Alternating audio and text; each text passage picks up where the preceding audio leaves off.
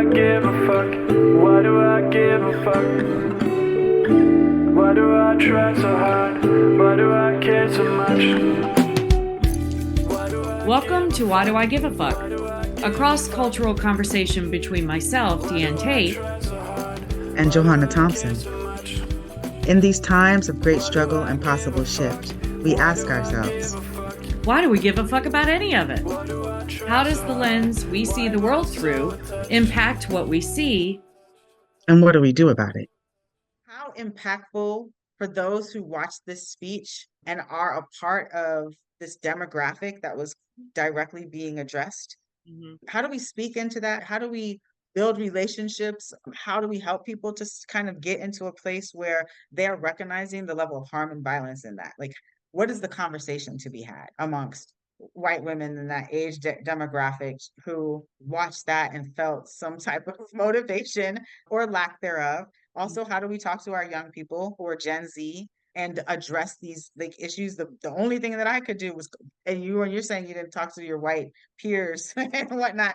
I called all of my folks and was like, did you this like what am I losing my mind? And I called everyone, and some people had not even watched it or paid attention because it was Senator Britt who was giving it. Like they weren't even thinking about paying attention to it, which is also another layer of interest. That's how we move through space, white women. Yeah, We get to go, under the radar, right? under the radar because of the Yeah, status quo. yeah, It's a real absolutely. interesting Absolutely. dynamic. But asking all my folks, and then when folks listened to it, they was like, "Yo, this is typical." It wasn't like a shock. It was typical, and it was just like, and how many people who claim allies, who claim, accomplice, who stand on the front lines, also have this kind of underbelly belief that they should be sitting in a different level of privilege and priority and comfort and what was promised as the American dream. And so they would actually be motivated to act in their favor. And I recognize what that could look like because power does feel good if we're just going to talk about it and, being honest. I have learned in my awakening, and then, I will be doing this the rest of my life, that I have to be so hyper intentional about unpacking like each, I'm sitting here thinking about how the fact that I watched the rebuttal intentionally, and then you said you really wanted to have a pointed conversation about it. And I haven't spoken to any other white women about it, not because it just hasn't occurred to me that this is a charge that I need to make. I mean, I'm in spaces right now with other white women organizing around liberation for everyone, specifically Palestine. And we're talking a lot about that kind of stuff. And there's despair and anger and frustration and lack of hope around what this election could do. And I don't find myself in circles too much anymore where women might be on the fence or might vote for something or might listen to Katie Britt and think that she's speaking to them. But that doesn't mean I don't still need to have these dialogues, and she's a perfect example of the narrative and the safety with which white women move and live and exist and don't have to dial in, don't have to have the dialogues, don't have to stand up and say, this is, I'm calling BS on this. I mean, 52% of white women voted for Trump in 2016. And after everything that happened over those 4 years, 53% of us voted for him in 2020. So clearly we either, didn't learn our lesson, or what he was saying actually we wanted more of, and in higher numbers than what we did in 2016, when all we really had at that point was the grab them by the P word tape. That was the only thing not the only thing, but that was the biggest thing that spoke necessarily to women about. And then Roe v. Wade, was on the chopping block, and we still showed up to vote for him. So what is the psychology of that? I don't understand. I don't I don't understand understand. it. Help me. I don't understand. I don't understand it. Voting against yourself with like kind of this made up narrative of what should be, but it does not it does not serve any purpose but actually elevating the position of white maleness. It does serve the purpose of creating protections, larger protections, and again, white women on a pedestal. So But we are maybe that is sacrificing needing ourselves, but we are to have that sacrificing position. ourselves and our rights Hmm. for, you know, For protection and to be on a pedestal. What's more important? yeah. I mean, there's no, I don't, yeah. I mean, we're having these dialogues a lot around whiteness's disconnect from what's happening to women and children and men every day in Palestine and in Sudan and in Congo, and the devoid of awareness and understanding and willingness to stand up and say, this isn't right. When it's happening on live stream, we're watching it every day, and yet whiteness continues to be silent. And I'm recognizing that it's not just white people that are being silent about it, but that's my lane, so I'm gonna stay in it. We are the exasperation and frustration over people in my life that profess to love everyone and yet will not say a word about the US paying for this ongoing genocide and starvation of an entire population of people just for a land grab. They would rather lose relationships and lose people that are close to them than look at what they're not looking at and say, maybe I should be paying attention, maybe I should be saying something. They will write you off. I've been written off. I have written off plenty of people in my life around this, and it's bizarre, and yet it makes perfect sense given whiteness and given the lengths that we will go to preserve our position. I wish I had the answers. I don't. Hmm.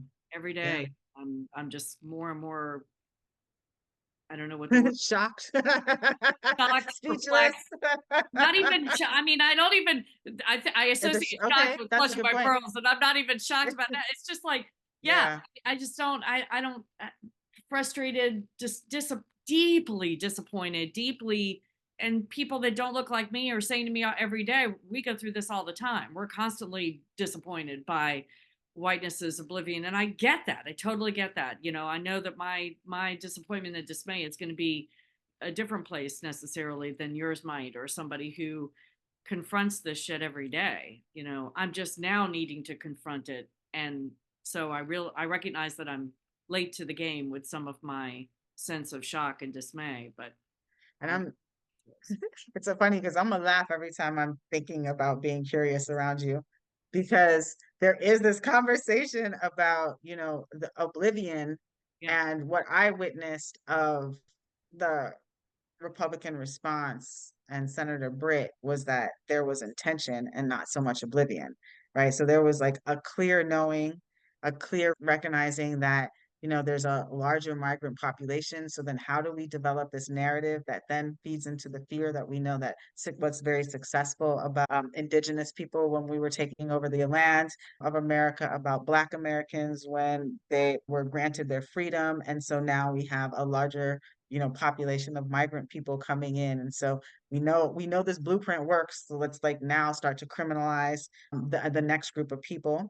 right. So that's intention. That's not so much oblivion. Mm, Whomever wrote that speech for Senator Britt, being able to really call into all of the social media memes and hashtags that they know were successful and had some real transformational expansion of consciousness, how to mm, pull that in and call it in for whiteness, that was not what I would consider oblivion at all. And then being able to like be really tactical and strategic about laying out an agenda and using so many theatrics and so much diction to be able to do that, and like I said, a very eloquent and clear and palatable way, was really Oscar worthy, yeah. if you ask me. Agreed. Yes. I think the oblivion that I was speaking to was more about just the people that are kind of moving through space with these blinders on and not, but yes, Mm, the speech, the rebuttal, and any of the propaganda that's out there right now that's, all of it's intentional. Yeah. mhm. That I agree with. I think I was thinking more about the white women especially, but white people in general that I know that are just moving through space and watching the Oscars. You brought up the Oscars. That's the oblivion that I was speaking The to. oblivion. Yeah, yeah. That Yeah. that sense of Suspended deadness, animation of disbelief that is sense what of deadness, that soul. yeah. Yeah, Janan Matari, who's a Palestinian content creator, just did a podcast with Saira Rao, and she talked about a concept in her culture of soul loss. The description is basically people who have lost their souls and who are just moving through space with no real connect to the suffering of others. And it really resonated with me when she talked about it, because it was just this deadness inside that I see in the eyes of so many of the folks that I thought cared about the world and are now showing me they don't, certainly don't enough to make their lives uncomfortable. Well, at least we do. Which is why we sit here and have these conversations and hopefully inspiring other people to be thinking about some of these things. I think folks should go and watch Senator Brent's response of their own accord. I would be willing to bet the numbers are huge of the people that didn't watch it. And yet it was as you said, Oscar worthy performance. Performance. Yeah, I mean, yeah, and so well scripted and so well written, and all of it was so intentional. And I think too, there's such a idea that these types of events, this rebuttal, it's not harmful. Oh, it's just some senator from Alabama that nobody knows and probably nobody watched it, and big deal. She sat there in her kitchen, and oh, wasn't she just a Stepford wife, and write her off. I think what I'm learning is how important it is to pay attention to these moments. And that was an important moment. Just like when Trump said that debate, Proud Boys stand back and stand by, and we end up with January 6th.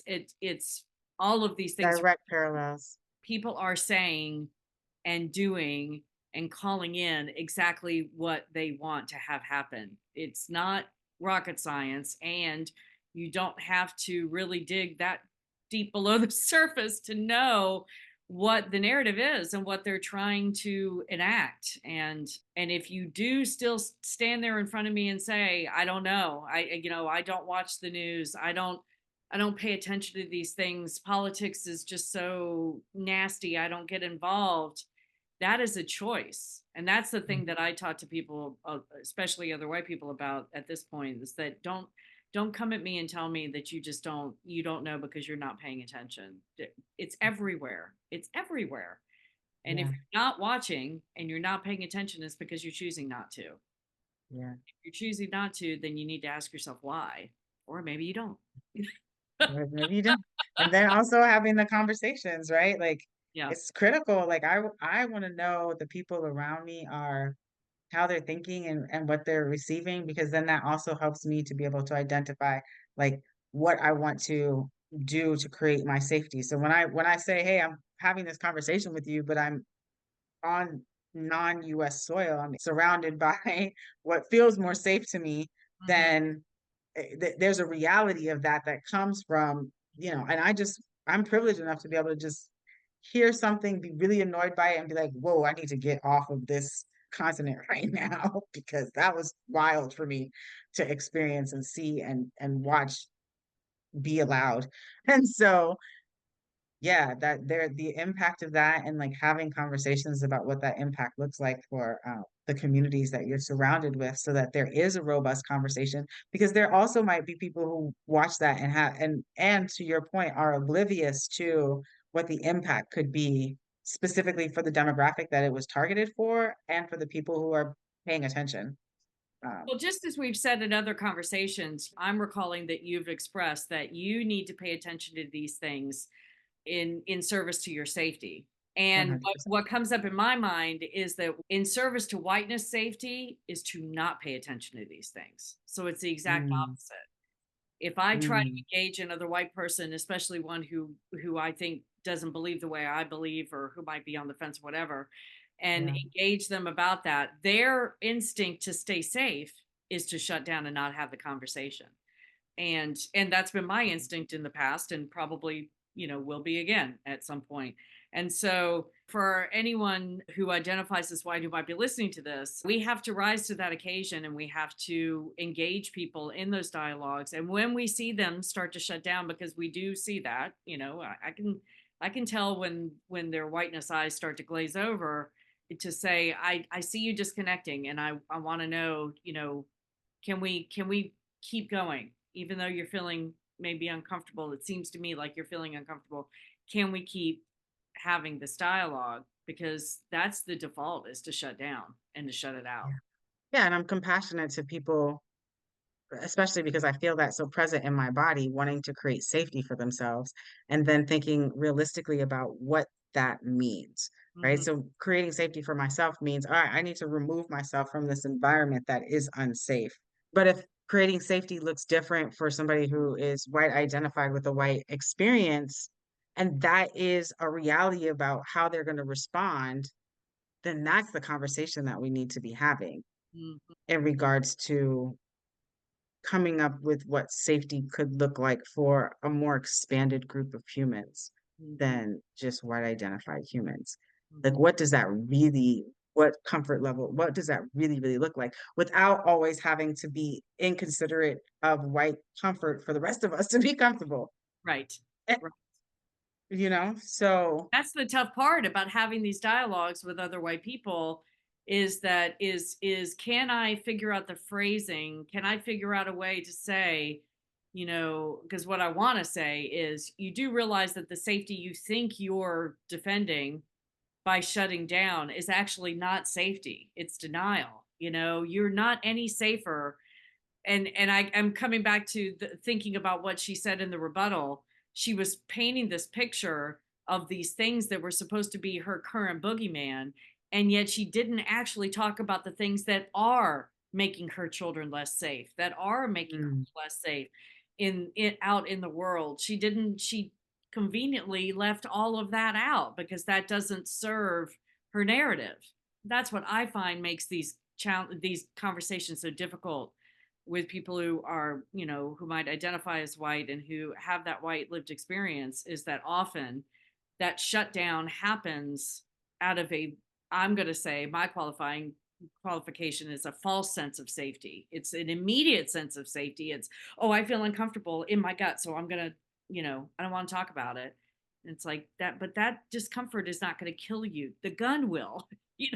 It's just like, how do we get to talk yeah. about the thing that really is putting you at risk, instead of having you default to the thing you think is putting you at risk, and therefore makes you not open to activating for your own safety and the safety of others. It's one of the biggest challenges, I think.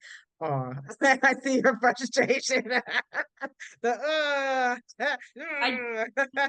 I don't have the answers, and I don't have the, yeah. I wish I did. I wish I had the magic phrase that could open up that, or raise that gate off of that shutdown, and just say, can we just be human for a second?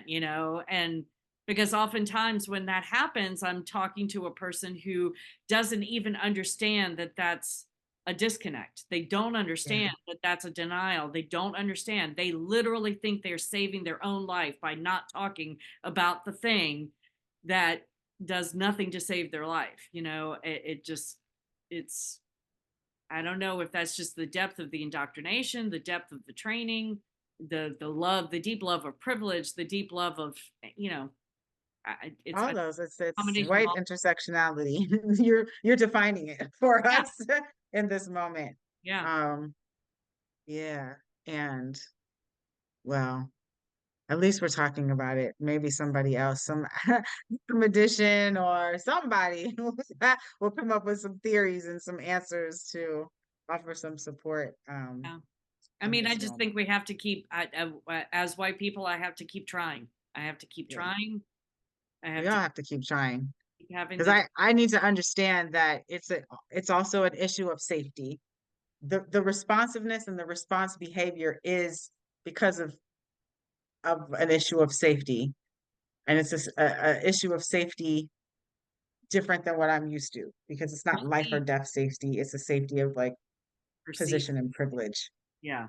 Well, it's like this is what's comfortable for me and this is what I can survive in. And we're also talking about, let's contextualize this, a certain class of human Yeah. also, like with a socioeconomic status and a certain level of like privilege afforded to them, because folks who have less resources that are also dealing with what is more critical for survival, You think.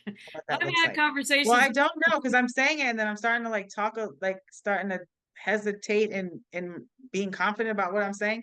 And so to your point, I've had dialogues with white people who have nothing, have barely anything to rub together, and yet they will go to the ends of the earth to deny the fact that they have privilege, to deny the fact that they have any voice or any ability to enact any kind of change. And I'm saying they because I do not identify as a person that comes from poverty. So I'm not distancing myself from that whiteness, but I want to acknowledge that I'm not a person who lives in a state of poverty.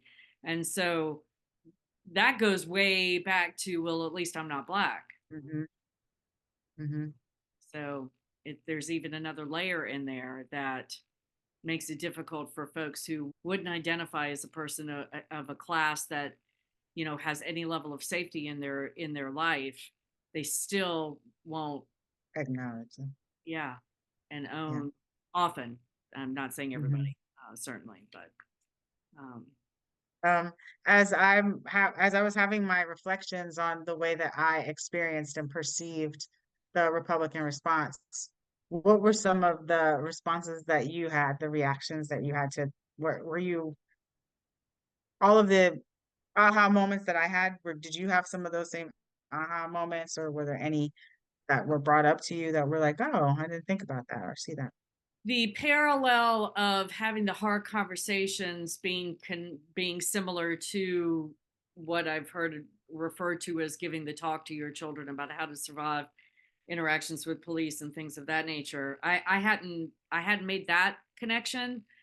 And when you talked about your young person's reflection on, well, she's just being a Karen, that was interesting to me, the concept of the different generations and how they might perceive. And I'm curious actually from you, do you, because I think I was asking earlier, obviously that's a generational difference, but would you ascribe a descriptor to that as being ambiguous to the reality of how it can be harmful for a Karen to just be a Karen like that? Or do you have any kind of adjectives or was there any resonance in your gut when you heard her just saying, oh, that's just a Karen being a Karen? How that landed on you and whether or not you were like, no, this is important. We need to pay attention to this. Or I don't know. I Yeah. don't want to put words in your mouth. Yeah. I'm curious around that. You no, there wasn't words. And to clarify, her saying that that's a Karen being a Karen, I don't think that it was negating the impact of what she was saying. She Okay. was saying that this is typical of what white women are gonna do. So we're used to this. Like you're having a reaction, mom, that's like, yeah, this is What they this do. is what we're this is what we're used to they're doing. Yeah. And this is what my generation will see that like that because we have a different ideology. We have a different way of framing it. And we're talking about a Black identified young female. So thinking about whom her colleagues are, though my young people have a diversity of friends, Yeah. um, but they don't American dream and sitting around tables for, dinner and having hard conversations is not their reality at all. Yeah. Their reality is their colleague friend group, the conversations that they're having and seeing and watching on social media because that's the algorithm that they're building out. Right. That's who they're going to be focusing on. If that group of people have a responsiveness or a reaction to something, then there's going to have a different level of impact Hmm. than this Republican thing because they don't subscribe. They okay, thank you, Karen. And we're gonna call it out. We're gonna call you Karen. We're Right. gonna know that this is what you're talking about. Mhm. And okay, we're just not negating it. We are dismissing and devaluing you because we have a different sense of what American values are Gotcha. for that demographic of human. Now I know that there's a whole demographic of young people that don't live, in Miami in a transient community of people that are a little bit more, have a little bit more tradition that Yeah. exists around them, that's or lack of cultural diversity.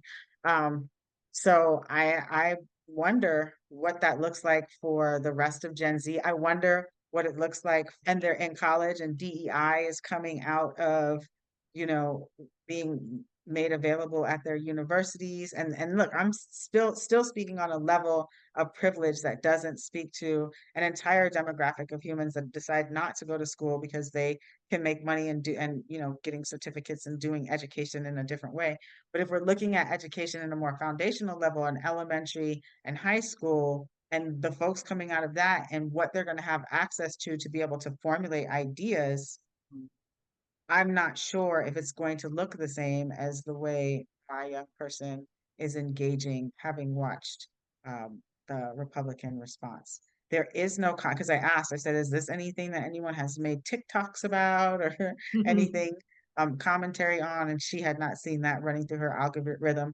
I'm concerned about who's having these conversations so that they can be able to call out and identify and speak to and respond to what it is that we're hearing, and what the impact of that is going to look like in our communities as we're moving forward, as we're thinking about what voting is, because those folks are of voting age, and the way that we're going to be able to protect democracy going forward if there is this very nationalized, white, privileged ideology and narrative that is being put forth and supported, whether or not it's being supported openly or not.